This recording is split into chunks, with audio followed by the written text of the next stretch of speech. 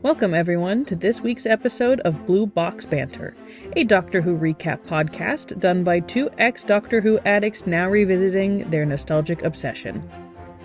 Today's episode discusses Season 1, Episode 3, The Unquiet Dead, an unseasonably Christmassy episode in which we talk at length about why gaslighting is terrifying, the ethics of shoving a teenage girl into a hearse with a dead body, and the shoehorning of Charles Dickens. Seriously, why is he in this episode? And why does it take place during Christmas? This episode came out in April of 2005. Russell T. Davies, explain yourself! Anyway, please sit back, relax, and enjoy our unhinged and easily distracted recap of this episode of Doctor Who.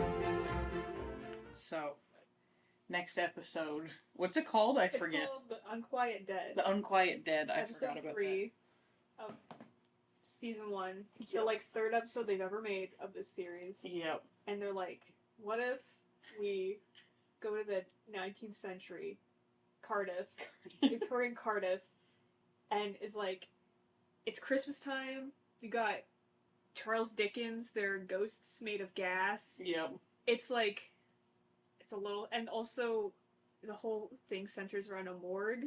Yeah. Which, interesting. So that's the plot. And I have some thoughts about that. Is this the first time we get a reference to Bad Wolf?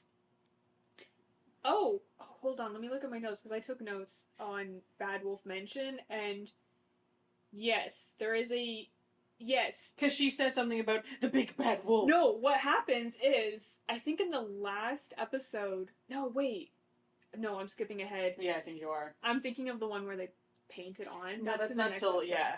No, yeah, she reads her mind or whatever. Yeah. Okay. There's a lot of things that go on in this episode that you really have to, take with a grain of salt. Yeah. Suspend your disbelief. So it opens with the, morgue guy talking to this dude who's, grandma or something just died, or his mom, and he's like, I'm so sorry for your loss. And then grandma opens her eyes, grabs him by the neck, and just, immediately chokes him out. And the guy isn't even worried. He's just like, here we got go another again. one. Yeah, literally, he's like, shit, here we go again. And you're just like, oh, so this obviously is something that happens very frequently. And then he goes and gets the maid, who I would like to point out is the same actress who plays the witch in the first episode of Merlin. Oh, yeah! The one who, tries to because... it's the old lady that's like, with a Pendragon, I've suffered the loss of a son, and now you will. Yeah. And then she, possesses the body of the, Her eyes are, I don't know how to explain. She has the perfect amount of, crazy eyes. Yeah. I think it's the fact that she has, really bright blue eyes. Yeah. It's put some brown contacts on, please. Yeah, and then she's the one that, she puts everyone to sleep with singing and then throws a dagger at Arthur, and then Merlin, stops her. She's everywhere. She's also... Well, so this is another instance of them recasting her later and then having to make up a whole thing. Because she's in Torchwood. Right. And they kind of make up this thing about, it's whatever her name's ancestors. Oh my god. They didn't have to do that. Easy thing to do, though. But yeah, it's the same girl, and I think the next scene is them, landing in Cardiff. Yeah. And the doctor tells Rose that they're in Italy. Yes. Florence or something? He either says Florence or Naples or something like that. And then the first scene where they make fun of Cardiff. Okay, I think I told you, I looked this up, and there was two explanations that I saw about why there's so many memes about Cardiff in Doctor Who, or at least in the, Russell T. Davies seasons. It's either, he grew up in, the neighbor county, I guess, and so it's kind of, jokingly having beef with, your neighbor city. Yeah. Oh, we're from this place, and you're from that place? Oh, what a trash pit. Yeah. Meanwhile, they're literally the exact same city. Yeah. Or the joke is, Cardiff is, the disappointment city. It's, being told... The way that someone described it is being told you're going to New York and ending up in Cleveland. Yeah. That's how someone on the internet described it. The London, Ontario. It's like when someone says, oh, I'm going to London, and you go, England? And they go, no, Ontario. You go, okay. We got beef with London. Or saying, oh, I'm going to Windsor. Oh, my... I think Windsor... Windsor's the Cardiff of Ontario. The Cardiff one. God. You know what? No, I think London's the Cardiff of Ontario. Windsor is the... I don't even know what... I don't know enough about English cities to really tell you. Or Hamilton. No, Hamilton's the Cardiff. Oh my god. Yeah, the greater Toronto area. Yeah, the entirety of the GTA is how we feel. Is the part that isn't Cardiff. Toronto. Yeah. You're like, oh, we're going to Toronto. Actually, we're in Mississauga. North York. We've just isolated anyone listening that isn't Canadian. Or just from Ontario. I really don't think the people in BC would give a shit. Sorry. I'm sorry, people in London, that I made fun of. I have friends in London. I'm not sorry to the people that live in the greater Toronto area. You deserve it. They make fun of Cardiff. This is the first time that we get time travel to the past. Yeah. And this is also when the doctor tells Rose about the closet. The closet? Like the TARDIS's closet, which has clothing from like every era. Oh, the scene where she runs off to go get dressed and she comes in and she's like, how do I look? And he's like, you look beautiful. And he's so sweet to her. And then she's like, are you gonna change? And he was like, no. I look fine. The leather jacket is timeless. And you're like, it's really not, though. At least Rose looks cute enough for both of them. Yeah, exactly. This is something I noticed. She is walking around December 25th, 24th, Cardiff. Mm-hmm. It's freezing. She's wearing, I think her dress is kind of going off the shoulder or something. She's a bit... It's a little bit low cut, too. She got cleavage, and it's cold.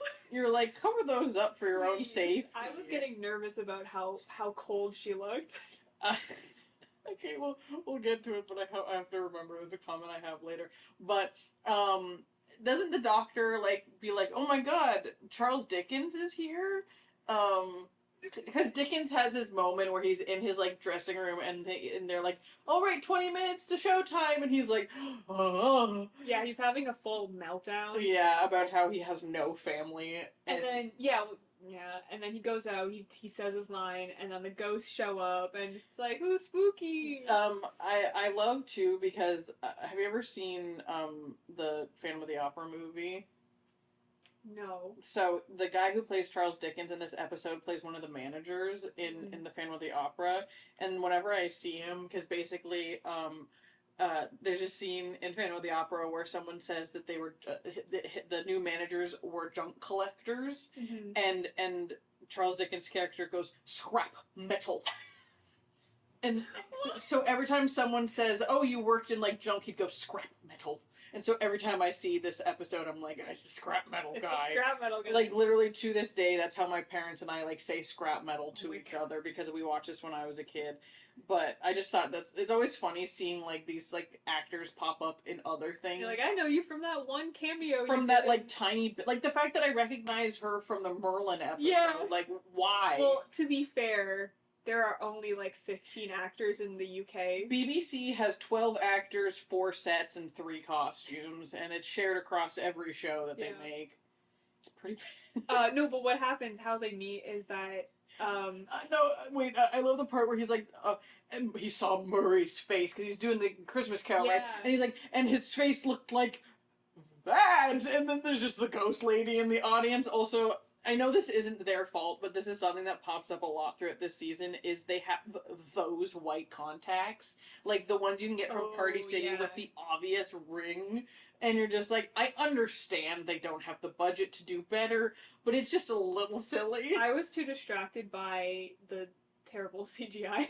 Oh, the CGI is really something else, isn't it? They kind of get a pass because they're supposed to be ghosts. Yeah. So you can kind of but there is I think they're too blue. Yes, there's something about it that just seems a little... Especially since they're supposed to be kind of gas. What color would you make it? Well, gas is clear, so I would have made it more of a grayish blue. Yeah, I guess... smoky. Well, they're alien gas. I know they had to change... if they made it smoky, it would just make them look like they were ghosts. Mm-hmm. They had to make them aliens somehow. Mm-hmm. Of course they were aliens. That's the whole thing with Doctor Who, right? Is everything that you think is fantasy can be explained away with science. But no, the Doctor and Rose are just having a fun time, and then you hear screaming, and they run in because of course they do. Yeah. And then the Doctor's like, "Oh, this is weird," Meanwhile, Rose is getting kidnapped. She straight up, she follows the girl out because they get the lady's body. Yeah, they take the body. And she goes out to follow her, and the dude from the morgue just chloroforms her. And then the girl is like, what are we gonna do with her? And he's like, there's room enough. There's room in the hearse. No, he literally says, there's room enough in the hearse. And they stick her in the hearse with the dead guy. Like, it's ridiculous. I'm glad that she was unconscious for that, because I would have never stopped screaming. Me neither. And then I love the scene. So she gets taken away, and so the doctor wants to go after her. So he jumps into Charles Dickens, but he doesn't know that it's Charles Dickens. Also, the fact that Charles Dickens thinks that the doctor like set up some kind of like special effects trick to like ruin his show. Yeah, and I was like, why would he do that? Exactly.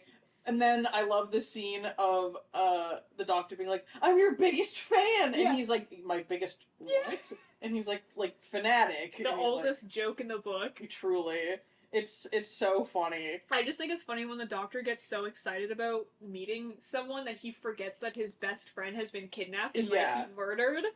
And it literally takes the fact that, like, the doctor is just straight up, like, ass-kissing Charles Dickens for him to be like, let's go after her. Oh, and the fact that the doctor's like, yeah, her. And Charles is like, well, there's a lady involved. What he says is that he tells Charles Dickens that she's 19. Again, going back to the fact that he feels, like, responsible for her.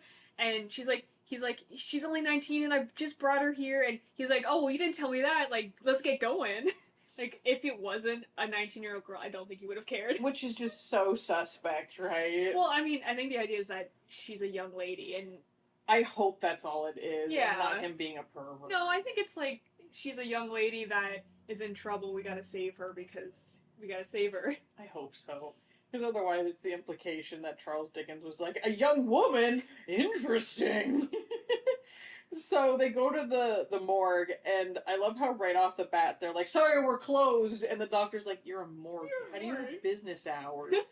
And then and the girl's like, oh, well, the master's not at home, and the doctor's like, yes, he is. Why are you here? What the fuck is going on here? And just barges in. Oh, yeah, and there's the fact that they stuck Rose in the room with the two corpses. Yeah. And then just, like, leave her there fully knowing that they're in a house where, like, gaseous, like zombies, essentially, are happening. And they're just like, yeah, this is fine. Like, this is normal. Like, up until that point, it's just like, oh, no, they're dealing with, like, basically these possessions. They were gonna let her get murdered. Yeah. They're killers. No, he fully was gonna kill her. Yeah. Because, I mean... Who was she gonna tell? It's the 19th century. No one would have believed her anyway. They just would have accused her of being hysterical and, like, told her to get her woman disease in order. The morgue guy, his name was really funny. His name is Dr. Sneed. Dr. Sneed. Or Mr. Sneed. He's not even a doctor? He's the Thneed. That explains it. Is he not a doctor? No, he wouldn't have been a doctor. Why would he have been a doctor? I mean, I assume that you would need to know about anatomy to do morgue stuff. Not back then. You didn't need to know anatomy to be a doctor. That is, Come on, you watched the Good Omens episode. You know that they didn't know how the hell doctoring worked. Yeah, but he was a doctor. Wait, was he a doctor? He wasn't a doctor. He wasn't a... Oh my god, No, he was just the morgue worker. It's Frankenstein all over again. Literally. Oh yeah, the fact that Victor literally was just a med student is always so funny to me. Like, the audacity of white men in college. Yes, so while I was watching this episode, I couldn't help but think about how terrifying the gas light fixtures are, just as a concept. Yes!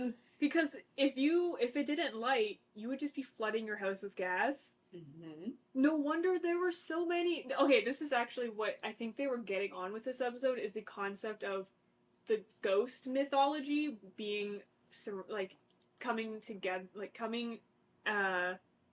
being created because of the gas. It was a couple things. It was the thing where the doctor talked about how, like, land can hold memory, essentially, and that's where, like, these aliens, like, crash landed on Earth or whatever. And then it was, they would just, because specifically, is it the Geth? Is that what they're called, right? Yeah. The Geth were specifically, like, gaseous life forms that they, like, filled in the spaces. And, like, the Gelth. The Gelth. What is the Geth? I don't know. I feel like that is I think the Geth is from Mass Effect. Yeah. The Gelth is from Mass Effect. Oopsie. Got my aliens mixed up. But and so he was like, yeah, you can explain the ghosts because of gas in the hoses and like the land is storing memory and stuff like that. And you were like, interesting. I always, like I said, I think it's funny whenever the Doctor Who uses science to explain like fantastical things. I always find that kind of funny because it's still, you're still making a ghost story, but if you say the ghosts are aliens, now it's sci-fi instead of fantasy. Yeah, they do that a lot. Yes, they do. I mean, in a more recent episode, it's a Frankenstein episode. Really? Yeah, the 13th Doctor, there's an episode where they kind of accidentally crash the party that Mary Shelley is having, where she's writing Frankenstein. But the idea is that the building is haunted, but it's actually this spectral image of a Cyberman that keeps showing up. And also, the Cyberman has created a weird, like, he's messed with the illusion of the house so that it'll look like people are walking through walls, but there actually isn't a wall there. You're just thinking there's a wall there, which is where, like, and then the whole Cyberman, like, he looks like Frankenstein. He looks like a Frankenstein character. Yeah. So yeah, they do that again with that episode, which is kind of what I think they're doing with this one is the idea of, like, carbon monoxide. Yeah. And the idea of, like, ghosts being hallucinations. I think that's something that they talked about because, like, there must be a reason why ghost stories really popped off in, like, the Victorian era. Because they were all using horrifying gas lighting fixtures. It's like the, They were all... How... I've thought about this so many times, especially when I'm watching Doctor Who. How have we not died off? Truly. Honestly. We used to light our houses with gas. Like, we still gas do. And fire. But, like, open gas. Yeah. Lighting fixtures, like, you were just pumping gas into your house. We had lead in our walls. Asbestos. Oh my god. Like, we used to use asbestos as fake snow during Christmas time. Like, I think that's the thing that really gets me. Like, there's all those horror stories about in old movies where it's like, and look at this beautiful winter wonderland. Like, literally made with cancer. And you're just like, holy shit. I don't know how we managed it. Oh, yes. Okay, so after they make it to the house, they hear Rose, like, yelling because she's about to get murdered by these zombies, and the Doctor immediately runs and kicks the door down. He is and then, on a mission. The next scene is when they're all in, like, the parlor area, and Rose is telling the old man off. Because he groped her, apparently. Yeah. Well, she was like, yeah, ew. I could tell that you were... Which is weird because she was unconscious. Yeah. So... I do not like the implications of this gross old man groping this young girl while she's unconscious who works with dead people. Yeah. He's a I think they really turned up his creepiness and the fact that he doesn't even care about these dead bodies. No. He just wants, it's his image. And the idea that they keep becoming zombies, like, he just wants it to stop. He doesn't actually care about these bodies. But the whole time Rose is telling him off, the Doctor's just like, yeah, that's my bestie. He's just letting her go at it. He's like, I don't care. This is what you deserve. And then immediately after that, Rose is talking to the assistant girl, the servant girl, in the closet because they're getting something. And she's like, how much are you getting paid? Are you getting paid enough? Yeah. Did you go to school? Union Queen Rose over here. Oh, yeah. She's trying to bond with her too because the girl is, like, freaking out. Yeah. Because she doesn't know about the whole psychic thing yet. But she's like, so, like, let's talk about boys. I love how she's like, yeah, there's, like, the guy who, he's like a delivery boy or something like that. He, like, brings stuff around and she's like, girl, go for it. Yeah, you can ask him in for a cup of tea. And my favorite part is Rose makes a joke about boys having nice bums. Yeah. And the maid is like, no, she's, like, completely against it. She's like, that's so improper. Why would you say something like that? I can't talk about that kind of stuff. She is aghast. She is a good, God-fearing woman who does not look at ass at any point. I think it's so funny because the girl, she's like, talking to, her name is Gwyneth. Yes. And she's like, you're dressed like a lady, but you act like a feral little child, which is funny because Rose is essentially just a feral child dressing up as a upper class woman, where in reality she is not. Like, she's probably closer to Gwyneth than which makes the next part kind of sad where she asks Gwyneth about, like, her schooling and stuff, and, like, later Gwyneth even mentions that she could tell that Rose thinks she's stupid. Because she talks about only going to Sunday school. Yeah. Yeah, and which wouldn't have been like uncommon for the time. It's kind of like a sad thing where, because Rose is obviously talking about her own modern, like, contemporary point of view, so she sees this girl and, like, she empathizes with her, but is also kind of like, I have a better education than she does. This is something, I think this is, like, a good opportunity to talk about this, because I was thinking about this the other day, and I find it really interesting. There's this phenomenon that humans have where we feel the need to exclusively progress, essentially. So there's this false idea that we started at 0 and have been adding on ever since. So the best example of that is the way that we talk about medieval times. The term the Dark Ages was created by those in the Renaissance to make themselves seem better than their older counterparts, essentially, right? And but if you look, so that's where the myths of, like, oh, the people in the Dark Ages didn't bathe and they were so gross and they knew nothing, and you're like, no, they knew shit. They bathed. They just did it in a way that was different than what we think of. Like, especially the bathing thing. It was like, water was scarce, so why would we waste our time, like... There's always context for these things. And so they always bathed. And so I think this is, like, a great example of Doctor Who doing that. I don't know if it was intentional. That having, like, a modern perspective on history. Yeah. And it's kind of incorrect, or at least it's judgy. Yeah. And it shouldn't be. It's her going... Because essentially, if Rose existed during this time period, she would have been Gwen. Yeah. Like, she wouldn't have been educated in the way that we think of education. She would be working class. She would be, like, basically, like, indentured for their whole life.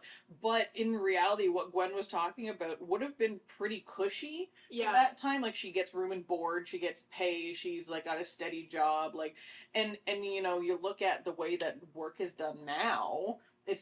I'm not saying that the way it was done was better, but I'm pretty sure you could take a person from that time period, see how we work today, and go, what in the hell is going on here? You guys don't even get paid for rent? Like, you don't even get room and board? Yeah. Yeah. Like, obviously their room and board was, like, a broom closet, but at this rate, the way the rent goes... Oh, that just reminded me of another point about him, Mr. Sneed putting Rose in the room, is that it's obviously a huge mansion of a building, and he could have put her in any room, but he chose to put her in the dead people room. Yeah. Because he's a weirdo. Bring that back up. Yeah, he's a weird creep who wanted her to die. He was fully ready to commit murder. Oh, poor Gwyneth. But, so on to the lore part of the episode. Oh, I love So this. immediately Gwyneth has, like, a vision. Yeah. And this is our first mention of Bad Wolf? Maybe first or second, I can't remember. Well, because first she looks into Rose's head and is like, all of the things that you've seen, all of the people walking around half naked. Yeah, because she sees London in 2005. The metal birds full of people, and then she says, and the big bad wolf, and then she goes, and you're like, and you're like, oh no. Uh-oh, what's going on? And it's fun to go back and rewatch that episode, because you're just like, oh my god, she mentioned it, how did I not even notice? It's like going back and watching a movie after you know who the killer is. You're the meme. When you're watching Knives Out or Glass Onion, and you're like, oh my god, he did do that! It's the Leonardo DiCaprio meme of him holding the glass and pointing at the television. Yeah. That's how it feels to rewatch, like, this season of Doctor Who. Especially since right after, I think the Doctor finally tells Rose about the Time War.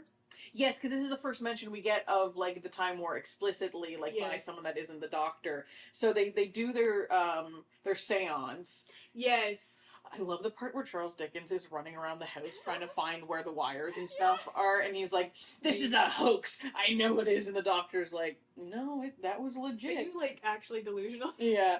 And he's like, like, just white man thing.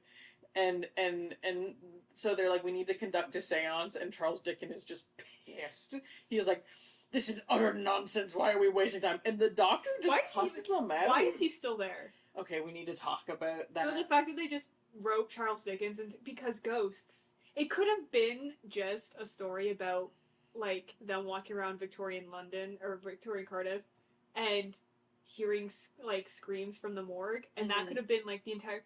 They did not have to put Charles Dickens in this. It was a weird choice to make this about Charles Dickens. Because he doesn't really contribute anything anything. Until the very end. A little bit, yeah. But then, he's just kind of a... I think it's the Doctor Who historical tax. Yeah. They can't go to a historical past unless they meet somebody. Someone, yeah. Because they don't think anyone will be interested.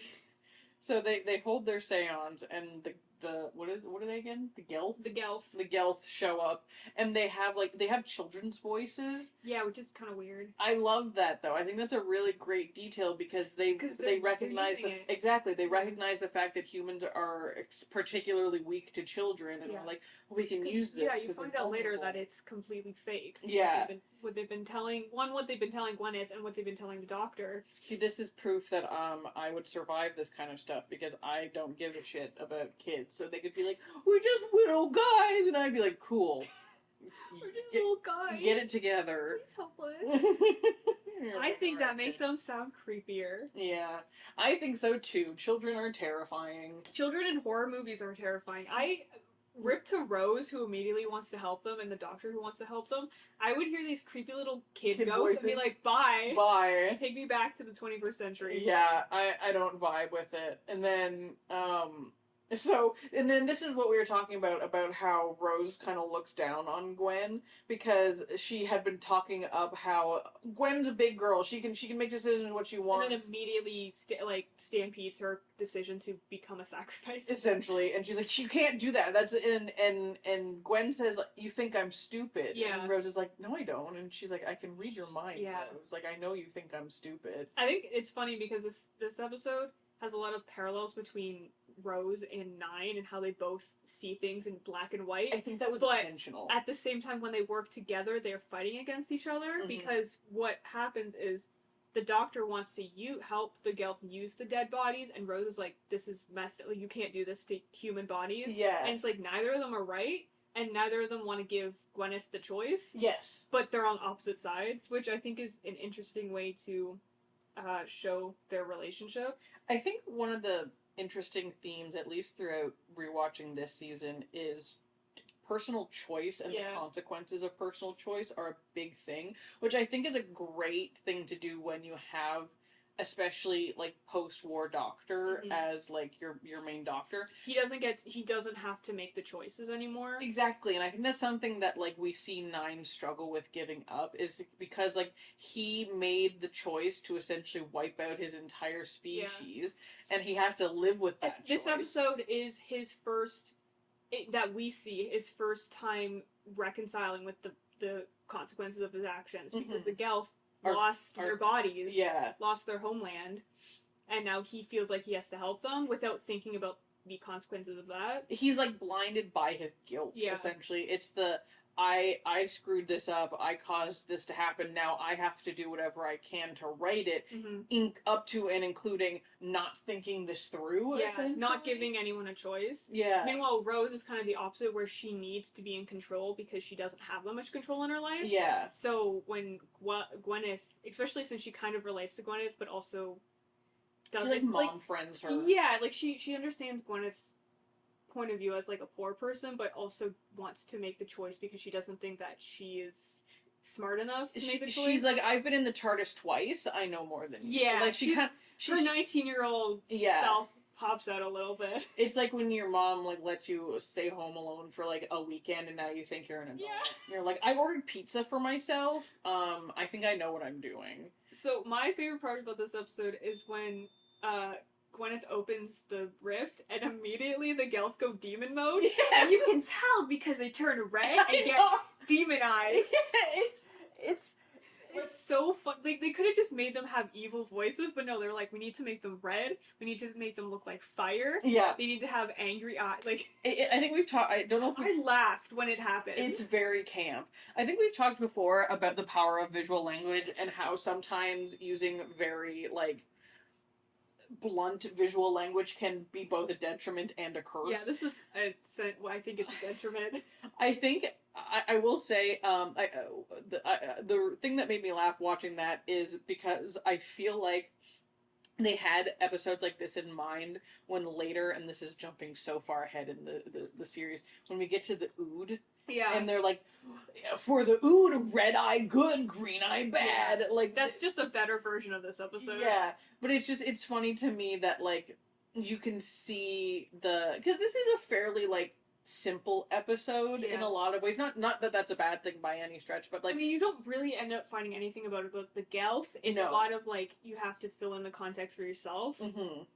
Which I honestly don't dislike. No, because there's only so much you can do with science fiction, especially with a low budget. Yeah, you kind of have to trust the audience. As a fan of Star Wars and Star Trek, sometimes simple sci-fi is a blessing because it's not like, especially like modern day Star Wars, I feel like has been getting really bad about it. About overcomplicating. Everything's overcomplicated, and everything is a reference to some deep cut thing. That's exactly how I felt about later seasons of Doctor Who. That's when we get to 11, when we get to Moffat. Yeah. It just gets so overcomplicated that they need to... There's too many layers. Yeah. I don't want an onion. Sometimes I just want an apple. Yeah. Like, you know what I mean? Like, and I think, the fire Gelth, I think, are a great epitome of that. It's like, blue and child is good, fire demon bad. It would have been better if they had, like, flickers of it. Yeah. Where it's like, oh, something weird's going on. No, it just immediately turns red. It's almost like, I think the first time I watched it, I was like, so when are they gonna turn evil? Like, it's almost like you're waiting for it. It's so... Which is why I think if they had, when the Gelth showed up, if they had one of them kind of flickering in the background, or, like, having this kind of... But then it would have tipped off the Doctor. Yeah, the Doctor's too observant for that. Or would it have tipped him off? Would he have been so clouded by his own guilt that he would have not noticed? I don't know, because Rose would have noticed. Rose would have noticed, yeah. She's a teenage girl. She knows what anger looks like. She's got some pent-up emotions. I do love, and, like, you see it later when she's, like, feeling the effects of the Gelth or whatever. I love how... And, like, don't get me wrong, the actress does a good job in this episode. I really like the actress who plays Gwen. But when it's like, all right, and now you're possessed, and she's just, like, bad posture and dead eyes. Yeah. Well, it's because she's dead. It's because she's dead. I'm saying she plays it well, but I just love the idea of this poor woman for this entire scene is just stuck, slumped with, like, cock head and, like, no thought behind her eyes. This is the second half, or the last, like, 30 minutes of this episode, 20 minutes, can't remember how long this... The last 20 minutes of the episode, I think, justifies all of the silliness, because I really like how it ends with, the Doctor, they're kind of being attacked, and... So all of the Gelth? The Gelth. I keep wanting to say the other thing now. The Geth. No, the Geth is a different series. The Gelth. So they come out and they possess all the dead bodies in the basement of the morgue, which is scary. Creepo gets killed. Yeah. He gets the really awkward neck snap, and then they immediately go into his body. Charles Dickens is just standing there. No one's paying attention. Charles Dickens is just mortified and off to the side. And then Rose and Nine, they kind of hide in that with the gate over them. And this is, I wrote it down, this is Rose's first, like, near-death experience with the Doctor. And no, it's her second. Because the son from the second episode. Yeah. But this is the one where she's, like, with the Doctor. Facing death. Yeah. Like, there's a character trying to kill her. Yeah, that's true. It's not just the force of nature. This is an actual sentient being, like, consciously wanting to murder her. And this her. scene is why I think, like, people underestimate the way that Rose and Nine are written, because there's hand-holding. They love holding hands. They really do. They're holding hands, and the Doctor looks at her and says, "I'm so glad I met you." Which is a line you would expect Rose to say, but it's from the Doctor, and Rose is like, "So am I." And despite all of the stuff that's happening, like, Rose genuinely doesn't regret it. No, she doesn't regret it, and the Doctor, like, doesn't regret it either. He regrets putting her in this position, but he even in episode 3 has realized that she has changed him. Yeah. And that he needed her.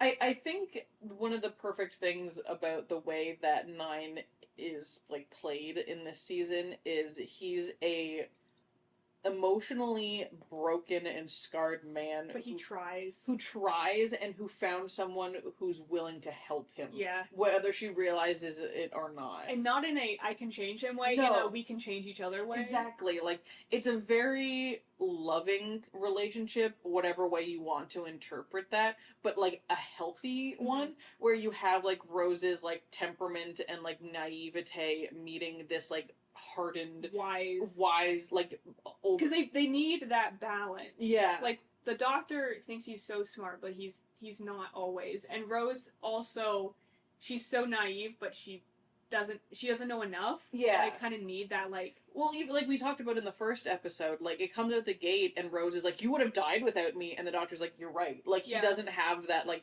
he obviously has a bit of an ego to him. That's just part of his character. It always has been. But, like... He's a word. Not humble, but like... He's self-aware. Self-aware, yeah. He, like, to an extent, like, he's like, yeah, I did almost die. Like, you're right. Like, if it wasn't for you, I wouldn't be here. And I think... And, you know, I feel like this is a theme in Doctor Who in general that I always enjoy, is the Doctor isn't human, but he wants to be. Like, not in the physical sense, but just the way that, like, humans experience life compared to something like a Time Lord is so different. Yeah. And he appreciates humanity. And what I think he appreciates the most is he likes especially human characters that try their best, and I don't want to say sacrifice themselves, but like put themselves in a situation that scares them and still does it anyways. Like with Gwyneth, he respects Gwyneth so much, especially when he gets Rose and Charles Dickens out. They leave, and it's just him and her talking, and he realizes that Gwyneth has been dead this whole time, basically. The whole time since she got possessed. And he gives her a little kiss on the forehead. It's so sweet. Like, his Doctor is so physically affectionate in a way that's like, that's kind of all he knows how to express that. It's like, and this is why it pisses me off so much. I think you like posted something on Tumblr about the vindication of the just skip 9. Yeah. The fact that people skip him makes me viscerally angry. Like, he's so much more. He's got this, like... He sets up the entire heart of the show. Literally, like, he's got, like, this almost, like, dad energy to him. Like, not in a, like, overbearing way. He's got positive masculinity. Like, the Doctor has these things where it's, like, this man who has trauma and has, like, calluses on his soul. And he's trying to be better. But he's trying to still, like, show people that, like, he has seen the worst of the worst and wants to protect people from that. And I feel like that's, like, very much a core part of Nine's character, is it feels very much like this veteran home from war who won't let his kids play violent video games. Like, you know what I mean? Like, that's kind of the energy that he has. He doesn't want people to go through what he went through, except for Rose. Except for Rose. He wants someone else to feel his pain. Just no one else. Yeah. But it's so fascinating, and I really wish that, like, the fandom, and I feel like it's getting a bit better, but at least for the entire time that I was a fan when I was younger, I don't feel like Nine got his flowers in any way. Like, no one talked about Christopher Eccleston, and I feel until the show started getting popular again. Yeah, which is so unfair, because I'm like... Especially since he already had to deal with stuff from BBC. Yeah. He's coming back for, like, audio dramas, which is really nice. I feel like we talked about this. I think I told you. I don't remember if it was at, like, a con or something like that. I think it was, but someone in the crowd was like, hi, like, I've been a big fan. Like, I love your season. I just wanted to know, like, we know that there was some stuff that went down with you and the BBC. Why did you decide to come back to who? Oh, yeah. And he was like, money. He's like, I have kids and an ex-wife and I have rent to pay. I needed money. And I'm like, that is so real of him. Like, I love the fact that he will not lie. And I also feel like because we're talking about this, we need to bring up the greatest social media post in all of history from Christopher Eccleston. His Instagram is a gift to mankind. He is a working class hero, and I love him so much. And his Parasite in Chief in her stupid hat. Her idiot hat. Her idiot hat is the greatest insult of all time. That and what was the post that you sent me about that interview where he talked about how he thinks that the Doctor should have been a woman like way sooner? Oh yeah, it's an interview about how he mentions that in his opinion, Doctor Who has been kind of setting up to have a female Doctor this whole time. Well, starting from his season, because in his opinion, Rose is the Doctor. Like, she has the qualities of the Doctor, and that it really doesn't make sense to him that it hasn't happened yet. Yeah. Because, like, especially the companions, a lot of them are female. They're basically just proto-doctors. In fact, Donna literally becomes half Doctor. Yeah. And so I think what he was getting to is that why is it that the females, like women, are only allowed to be the Doctor as a companion? Yeah. Yeah, so he was very happy to see a female Doctor. He was a fan of Jodie, which I think is nice. Yeah, I that was when you said that to me, I was like, I knew I liked him for a reason. I like the fact that he mentioned like Rose being the Doctor, because that is essentially what she becomes. It's what a lot of the characters, exactly, like you have Rose, Martha, Donna from the first season. They all become a bit like the Doctor, and in comparison, the Doctor becomes a little bit like them. But them having the qualities of the Doctor is, I think, important as female characters. I agree. But it does suck that they can only be the Doctor if they're his friend, and not the Doctor. It's I think that's something about Doctor Who that I find interesting is it I'm trying to think of the right way I want to word this. He's not, I don't want to say he's like generic, because that's not the word that I'm looking for. He's pliable in his character so that we can come along with him on this journey, but the real ones making their character arc, like a really complete character arc, is the companion. Because the Doctor can't make a complete character arc. No. Because then they would have to stop him from existing. Yeah, he never learns. Yeah.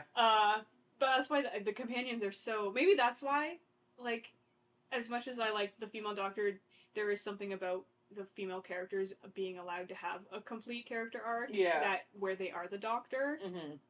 Which is something the Doctor can never have. Yeah. That is a conversation for, like, the 10-2 era. Yeah. But, like, the companions being a representation of what the Doctor can't have is so, like, the underlying tragedy of Doctor Who is not talked about enough. It's like, that's the thing, is like when you really think about, and like it's almost silly to like go this far in, but it's literally the story. If you think about it for even more than a second, it's a being without a home, without a family, without a species, who is stuck to, from afar, watch people fall in love and find their purpose and die. And he's physically incapable of doing... Like, he literally cannot die. He can't grow up. He can't grow old. When he becomes the new Doctor, he's already an adult. Yeah. Like, he can never experience what most human beings would consider the meaning of life is, essentially. Like, he can find love, but that loved one has to be let go at some point.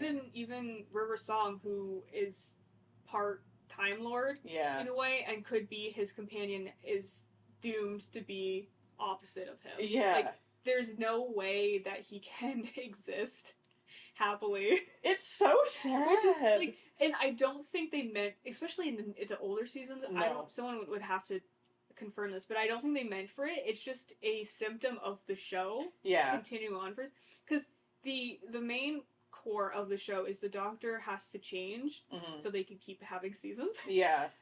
He has to have a companion that will leave because they can keep having new seasons. Yeah. And that's it. Like, the Doctor has to change who he is and keep existing, but and his friends. And that becomes so sad the longer the show. And I'm just thinking about 50 years from now when they're on Doctor Who season 69. When we have our 100th anniversary. The 100th anniversary, and they roll out David Tennant. He's gonna be 98. Okay, so I think he's in his 50s, right? He's 52, isn't he? Yeah. So realistically speaking, 40 years from now would be the 100th anniversary of Doctor Who. So he would be 92. It could possibly happen. We have to make sure David Tennant lives then. it's gonna be 90. Well, just like, and even in the 50th anniversary and like the last couple, they've rolled out the old doctors, and they're old. Wasn't Tim Baker in the 50th? And they're old. Yeah, but they're still kicking. They're still kicking, and I mean, like they say, like the first person to live to be 105 has already been born, so maybe that's gonna be David Tennant. God, he's not allowed to die. Oh my god. Okay, I don't even know if this is going to stay in the podcast. We can't talk about David Tennant dying. Every now and then, I think about the fact that the celebrities that I'm emotionally attached to, when I'm like in my 30s or 40s, will probably pass. Well, and how am I going to handle finding out David Tennant died? How am I going to handle, like, have to stop? How am I going to find out Markiplier died? Like, I can't do this! The gangs are going to get him! My problem is knowing that they won't be able to finish all of the projects they want to do. Like, what if? Can we get... Let's move on. Yeah, I was gonna say, I'm gonna get... what was the last thing we talked about? The smooch on the forehead, because Gwen died. Okay, so they're in the cage, and then Charles... This is one of my favorite scenes in the episode, speaking of favorite scene. Charles Dickens has got his handkerchief over his face, and he's booking it around the house, like turning all the things on. But the way he's running, and I know the idea is he's like trying to cover his mouth, but he's like hunched over talking or coughing. But he's like he's like gorilla running around the house. He's gone like full hee-hoo. I think it's funny how much they exposed them, like the characters, to the carbon monoxide. That would fuck up their lungs. They should have been like extremely ill by the time they got out. Especially with how long the doctor... I was gonna say, maybe the doctor's got better lungs than that. I should hope so. But he gave away all the air from his lungs in the last episode. But Rose, she's a 19-year-old girl. She should be on the ground coughing up a lung. Also, they should all just be like hallucinating. Like, there are other symptoms. The entire end of the episode isn't real. It was just them hallucinating. And then they accidentally blow up the place. For no reason. Can you imagine, like, the houses next to them? Yes. And work just blows with all the dead people. Oh, I didn't even think of that. I'm just so glad they're all in the basement. Can you imagine exploding and there's just dead body parts raining? No. It smells like a little barbecue. Oh no. That is rancid. Oh no. I will say there is a interesting moral argument in this episode, just like there was in the last one, about dead bodies. Whether it's ethical to give the Gelf the dead bodies because they're not using them, or if Rose's argument, if that's mean, like if it's disrespectful to the dead. I will say the part where she's like, it's wrong, and the doctor's like, you got a donor card? Like it feels like a checkmate libs kind of moment. He does that all the time. He really does. And you're like, this is a bit more complicated than that. In the Ood episode, when Donna's like, I don't have slaves, and he's like, who made your shirt? And she's like, shut up. It's not the same. No, I just, like, it is an interesting moral question. It kind of, because remember we talked about before, even, why does David Tennant always come back to everything? The Good Omens episode with the body snatching. It's something that's morally wrong being used for a morally good reason. Yeah. And that's where, like, the grayness of morality really comes into it, right? It's always about dead body. Because, I mean, the reason that Rose is so against it is because she's human, and for humans, like, historically, we respect our dead. Most of the time. But, like, there's every single culture has a culture of burial. They've found, like, prehistoric evidence of burials. Yeah. Like, it is very important to humans to have... There's something intrinsic about it. And in, like, regardless and not even, like, preserving bodies, just having the bodies naturally exist and not be used as puppets. Well, because it's like, even in some cultures you have something like sky burials, which is where they put them in, like some kind of enclosed space or on, like, an elevated platform, and they're essentially returned to nature via, like, birds and, like, them getting, like, eaten and stuff like that. But regardless, it's some kind of send-off of the human's physical form. Whereas, like, what the doctor wanted to do was basically donate these bodies without the permission of the families or the bodies, which, again, they are just dead bodies. They're not being used for anything, so who is right? Are either of them right? Yeah, it's like that. It's that conversation of like who they're both making a choice. Yeah, or someone and the person actually doesn't get to have a choice. Yeah, it's kind of like they talk about now how like at some point we're going to run out of space in graveyards. Yeah. So what do we do?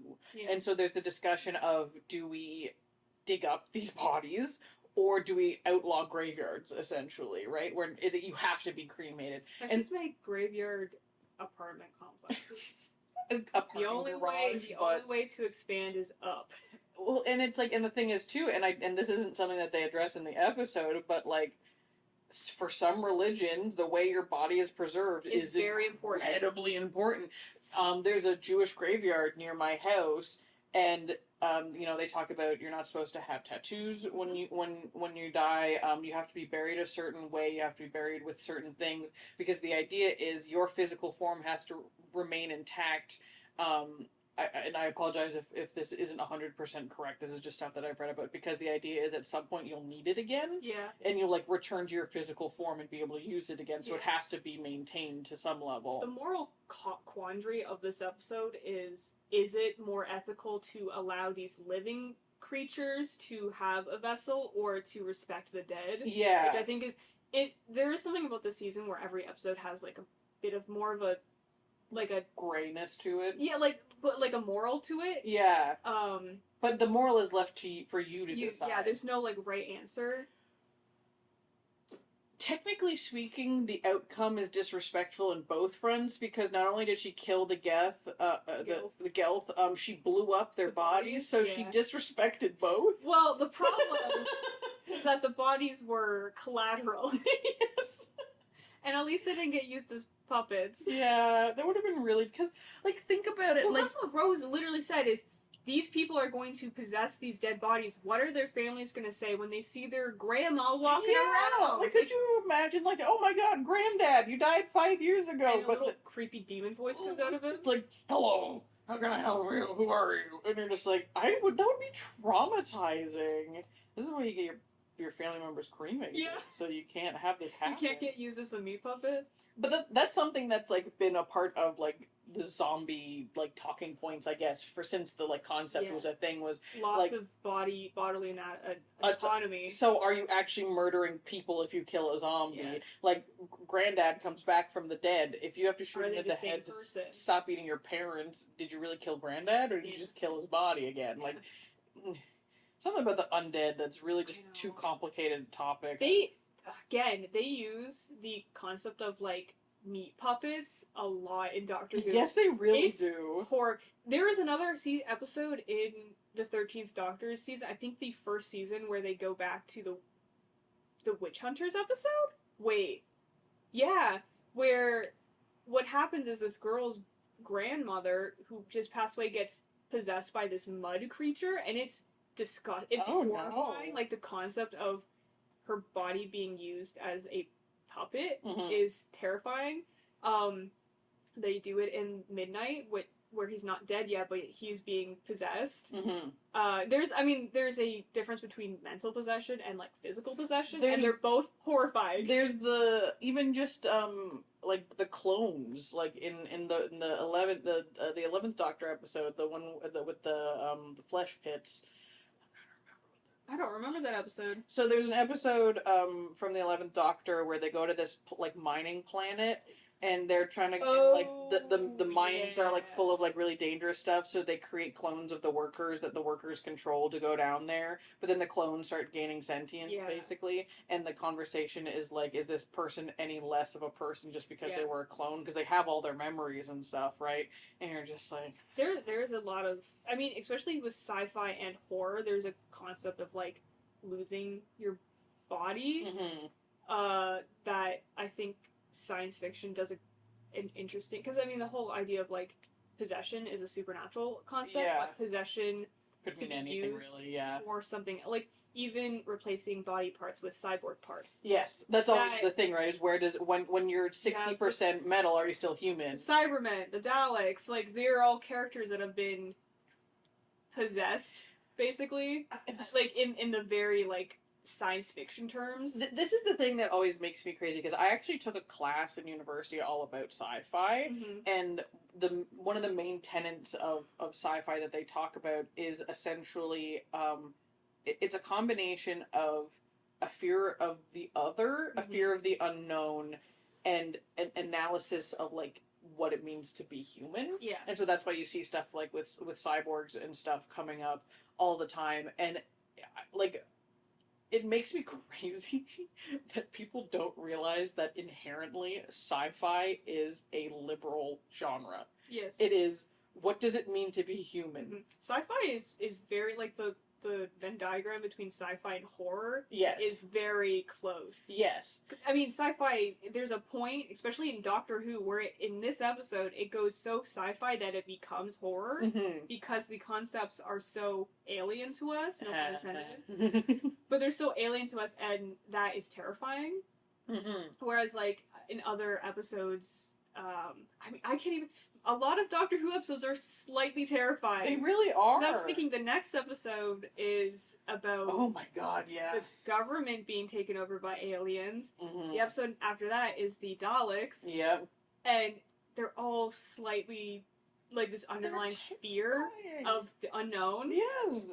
The other, and what it means to be human. Exactly. So that's and those are terrifying concepts. Yeah, just in general. So it's just fascinating to me that the importance of life and your humanity being such an intrinsic part of sci-fi always makes me crazy when you see dudes on the internet complain about Star Trek and Doctor Who being getting too woke, and you're like, that's literally the core of the genre is philosophy, essentially, and philosophy is about pushing boundaries, so it always makes no sense to me. Science fiction and horror are both a huge philosophy, like, basis. Well, because, like, fear is something to be analyzed. Why are we scared of this thing? You're either analyzing it in a way that you're experiencing actual horrors, or the metaphorical horrors, which is science fiction. Because, like, regular horror is something that you can kind of put a pin to, like, we'll say, right? Like, you can actually have monsters. Yeah, there's a fear of physical harm by slashers. There's a fear of torment by paranormal stuff. With sci-fi, I think what I find really fascinating is because it goes so far out there, it's non-tangible fears. And so, like, something like this, like we were talking about, like, the fear of your body being used against your will. Or, like, the fear of being changed so much you lose the core of your humanity. Like, that is, like, so not graspable Yeah, because it's not a real thing that could happen, but it's still a psychological thing that all humans kind of have in the back of their head. I read it's not completely true. I read the first Game of Thrones book. That's a lie. I only read the parts about Daenerys because I liked her character, but I hated Khal Drogo in this book. But there's a part towards the end where he gets injured and she asks essentially like a medicine woman in their like tribe who was a captured slave to fix him, and instead she basically like performs a ritual that sucks his soul out. So he physically is alive but isn't actually experiencing life. And I hated Khal Drogo for the way that he treated Daenerys, but I cried at this point because there's something about being physically alive but not living, which is such a scary concept to me. And that's something that you see a lot of in sci-fi is that, like... do you want to know who wrote this episode? Who wrote it? Mark Gatiss. I knew it! I knew there was a Gatiss episode coming up, and I was gonna make a joke about it. Which is crazy to me. I will say, he does do good surreal horror. This is like, and we'll get into it because, like, obviously, like, the episodes of season 9 are coming, the Moffat episodes. Yeah. That's the thing that I think makes me crazy is, like, there's all these jokes in fandom about Gatiss and Moffat and Moftis? That's what they call them. God. Yeah.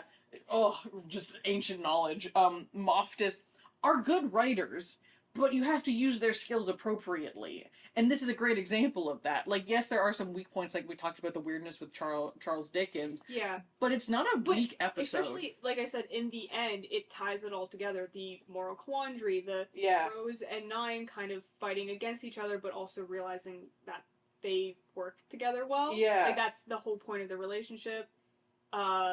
Gwyneth finally getting to make a choice, even if that choice is killing herself. It's a very, like, that whole thing with Gwyneth is so fascinating, and this is one of my favorite, like, lines from this episode, and, like, honestly, some of my favorite in Doctor Who is Rose says something like, the world was saved by a maid and no one will know. Yeah. Like, this is someone who literally stopped the planet from imploding, but no one will know who she is just because she was, like, a quote-unquote nobody. There's a lot, especially in season 1, of bottom-up history. The idea of, like, the real heroes are the day-to-day people that you would never know. The people that get overlooked are usually doing the most. Well, they talk about that, like, in hospitals. Like, everyone praises the doctors, but the nurses are the one breaking their back every single day. Like, stuff like that.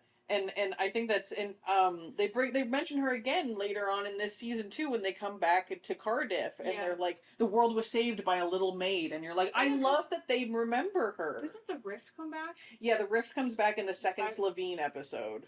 Right. I was gonna say something now, I can't remember. I also love that this kind of has a similar ending to the Van Gogh episode in the sense that, like, they're like, she's like, oh, he's gonna go do great things, and the doctor's like, he's dead in a year. But there is, like, a reoccurring theme with when they do bring back, like, real historical people, where the doctor assures them that their art will sustain, which happens again with Agatha Christie. Yes. Even if what ends up happening is they either don't remember it or they end up dying. Before they even, but the important part is that in the end they find out that their art is important. Yes, which I think is you can tell an artist wrote that though. It really, especially the Van Gogh episode, really touches people. I'm just gonna cry that entire episode. I just hope you know that now.